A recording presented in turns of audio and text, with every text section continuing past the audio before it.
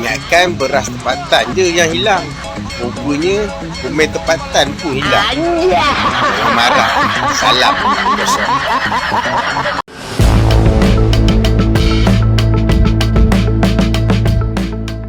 Ya, warganet pencinta sepak bola tetangga memang terlihat kadang menggelikan. Mereka menyinyir sepak bola Indonesia, tanpa melihat kondisi sepak bola di negaranya. Dari dulu sampai sekarang mereka menyinyir Indonesia, karena menaturalisasi pemain-pemain keturunan dari Belanda.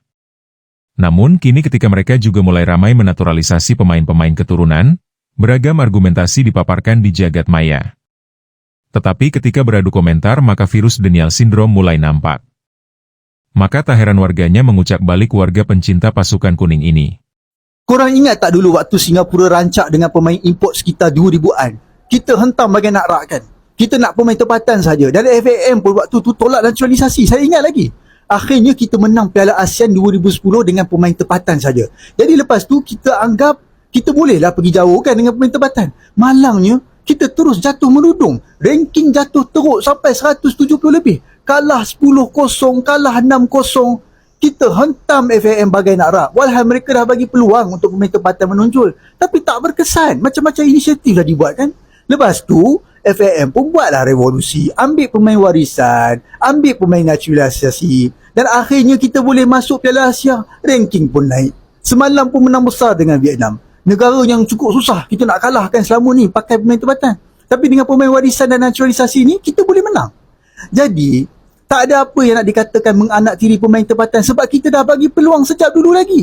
Jurulatih pun tukar bersilih ganti. Tapi tak ada impak pun.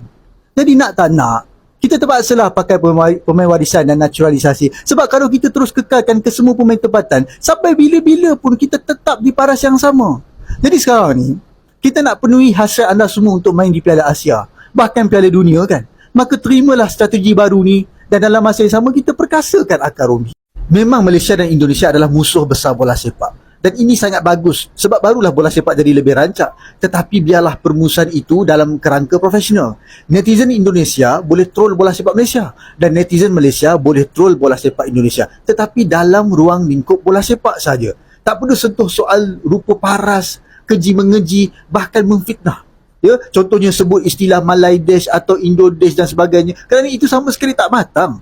Sepatutnya anda kritik sajalah pemain-pemain bola sepak dari segi permainan dia atau kritik strategi pengurusan persatuan bola sepak dan apa sahaja berkaitan bola sepak lah. Kalau nak bandingkan pencapaian antara kedua-dua negara pun dipersilakan. Kalau kita mampu matang dalam soal bola sepak, maka percayalah ia akan membuatkan kita lebih matang dalam semua perkara dan impaknya nanti pada pembangunan negara. Setuju tak? Nah, yang menggelikan ketika mereka menang dari Vietnam, seakan hal itu seperti sudah lolos ke Piala Asia dan Piala Dunia. Riuhnya suara-suara fans kuning di jagat maya lalu sebagiannya sambil menyindir Indonesia. Abang-abang yang main kelayakan Piala Dunia, tutorial gol ada di sini ya. Jangan dipoviva. Menang 4-0 atas Vietnam. Super Malaysia, super supporter Malaysia sini di Indonesia. Tutor cetak gol ada di sini dek.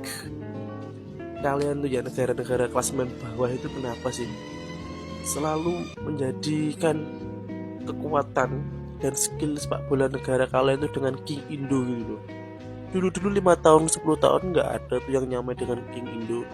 Ya kita tuh tahu memang King Indo itu udah di atas kalian tuh tahu sebenarnya. Cuma kita tuh nggak mau bahas kayak gini. Nggak pernah kita tuh bilang pemain Malaysia dan Vietnam di bawah King Indo, nggak ada di berita kayak gitu kan. Jadi kita itu yang sehat ini ya, kita itu yang sehat ini memaklumi memang baru dapat pemain baru kan, baru dapat pemain naturalisasi baru dan menang, terus dia menggebu-gebu itu udah wajar. Dulu kita waktu menang dengan Vietnam 3-0 itu biasa kok malah.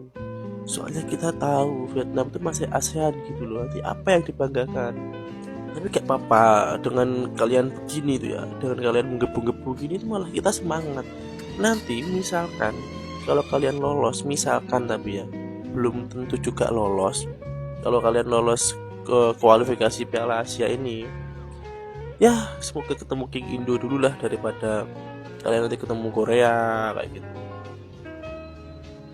Jika Malaysia melawan Indonesia ini ya tidak akan mampu bersaing. Dan memang nggak mampu bersaing kalau kita yang mengeluarkan yang U17 lawan senior gak mampu bersaing. Kalau yang senior ya beda server bos. Ya kita itu tahu memang pemain mungkin dari Argentina, dari mana itu gak tahu. Cuma di depan itu masih banyak negara-negara sepak bola yang kuat. Nanti di luar ASEAN itu masih banyak negara-negara yang kuat. Arab, terus Korea, terus Jepang, terus Kafar gitulah, masih banyak bro. Jadi ini awal bukan akhir. Jadi kita tunggu di puncak ya, di puncak kalian berjuang dulu lah tuh berteman dengan Vietnam. Kita tunggu di puncak sambil makan mie ayam. Sekarang ni Indonesia satu-satunya wakil ASEAN di round keempat kelayakan Piala Dunia. Yang lain semua pasukan Arab. Korang tahu tak impak kalau Indonesia berjaya masuk ke Piala Dunia atau terkandas di playoff ialah ia akan menaikkan semangat ke semua pasukan ASEAN untuk turut ikut jejak langkah yang sama. Projek pemain warisan dan naturalisasi sudah pasti akan dilakukan secara besar-besaran. Thailand dan Vietnam yang kononnya hanya nak pemain tempatan pun akan buat benda yang sama. Benda ni sangat bagus sebab pasukan-pasukan ASEAN akan jadi lebih kuat dan bukan lagi standard ASEAN. Kita akan jadi standard seluruh Asia. Waktu tu, kalahkan negara Arab dan Asia Timur pun dah jadi biasa untuk kita. Itulah sebabnya kejayaan Indonesia dalam kelayakan Piala Dunia ni akan memberi impak yang sangat besar pada pembangunan bola sepak ASEAN. Ya, kita tak perlu menanggapi lebih jauh dengan ragam penilaian dari warganet sebelah ini. Karena apa yang dipaparkan menunjukkan wataknya seperti apa. Yang pastinya Indonesia sudah ada dalam kualifikasi Piala Asia 2027, sedangkan Malaysia masih harus berjibaku lagi dengan babak kualifikasi. Harapannya tidak terseok pada putaran selanjutnya agar bisa lolos ke Piala Asia 2027. Dan dalam kompetisi yang diikuti antara Indonesia dan Malaysia juga jauh berbeda. Indonesia mengikuti kualifikasi Piala Dunia, dan Malaysia mengikuti kualifikasi Piala Asia dengan kualitas lawan yang juga berbeda. Sehingga sindiran-sindiran warganet sebelah kembali memantul pada watak mereka sendiri.